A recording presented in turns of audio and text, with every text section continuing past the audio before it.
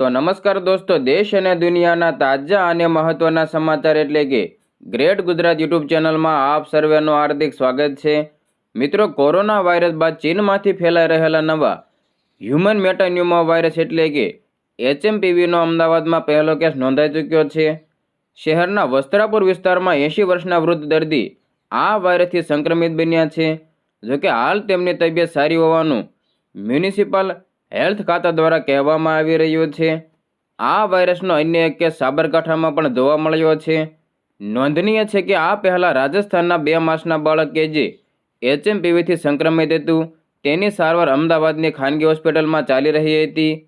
Corona બાદ ચીનથી ફેલાયેલા મનાતા HMPV વાયરસથી શરદી, ખાંસી જેવા લક્ષણો જોવા મળે છે અને આવા લક્ષણો સાથેના દર્દી આવે તો તરત જ તેની ઉપર ચાંપતી નજર રાખવા, જરૂરી ટેસ્ટ કરાવી લેવા તેમજ મ્યુનિસિપલ હેલ્થ ખાતાને જાણ કરવાની સૂચના ખાનગી તથા સરકારી હોસ્પિટલોને આપવામાં આવી છે। નોંધનીય છે કે આરોગ્ય મંત્રી ઋષિકેશ પટેલે આ અંગે વિગતો આપતા જણાવ્યું હતું કે હ્યુમન મેટાન્યુમા વાયરસ એટલે કે HMPV એ કોઈ નવો વાયરસ નથી। વર્ષ 2001થી આ વાયરસની ઓળખ થયેલ છે। Municipal health officer doctor Bhavin સોલંકીએ મીડિયાને જાણકારી આપતા જણાવ્યું હતું કે રાજસ્થાનના ડુંગરપુરમાંથી અમદાવાદમાં વધુ સારવાર માટે લવાયેલા બાળ દર્દીને HMPV પોઝિટિવ જાહેર કર્યો હતો।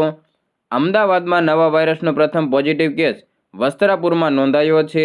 વસ્ત્રાપુરના 80 વર્ષના વૃદ્ધ વ્યક્તિને 8મી તારીખે શહેરની ખાનગી હોસ્પિટલમાં દાખલ કરવામાં આવ્યા હતા, જ્યાં તેમના શંકાસ્પદ લક્ષણો જોઈને તેમના ટેસ્ટ કરાવવામાં આવતા HMPV પોઝિટિવ રિપોર્ટ આવ્યો છે। આ દર્દીને ઘણા લાંબા સમયથી અસ્થમાની બીમારી છે, જોકે તેમની વિદેશ પ્રવાસ કે અન્ય કોઈ પ્રવાસની હિસ્ટ્રી દેખાતી નથી।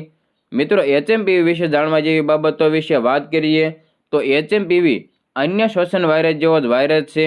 વર્ષ 2001થી આ વાયરસની ઓળખ થયેલ છે।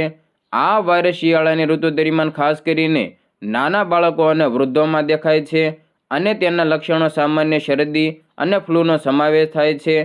HMPVના લક્ષણો દેખાય તો શું કરવું જોઈએ તેના વિશે વાત કરીએ તો જ્યારે ઉધરસ અથવા છીંક આવે ત્યારે મોઢું અને નાકને રૂમાલ અથવા ટિશ્યુથી ઢાંકવું જોઈએ।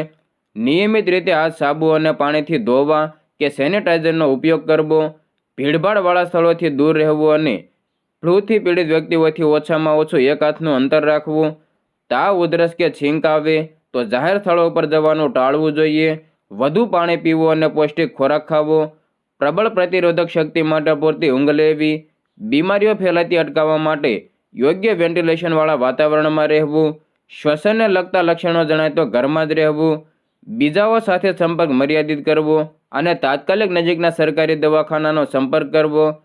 HMPVના ચેપની સ્થિતિમાં શું ના કરવું જોઈએ તેના વિશે વાત કરીએ તો આવશ્યક ના હોય તો આંખ, નાક કે મોઢાને સ્પર્શ કરવાનું ટાળો। ચેપગ્રસ્ત વ્યક્તિને વ્યક્તિગત ચીજવસ્તુઓ જેમ કે ટુવાલ, રૂમાલ અથવા અન્ય વાસણો બીજા વ્યક્તિના સંપર્કમાં કે ઉપયોગમાં ના આવે તેનું ધ્યાન રાખવું જોઈએ। જાતે દવા લેવાનું ટાળવું જોઈએ। લક્ષણોમાં વધારો દેખાય તો તરત જ આરોગ્ય કર્મચારીનો સંપર્ક કરવો।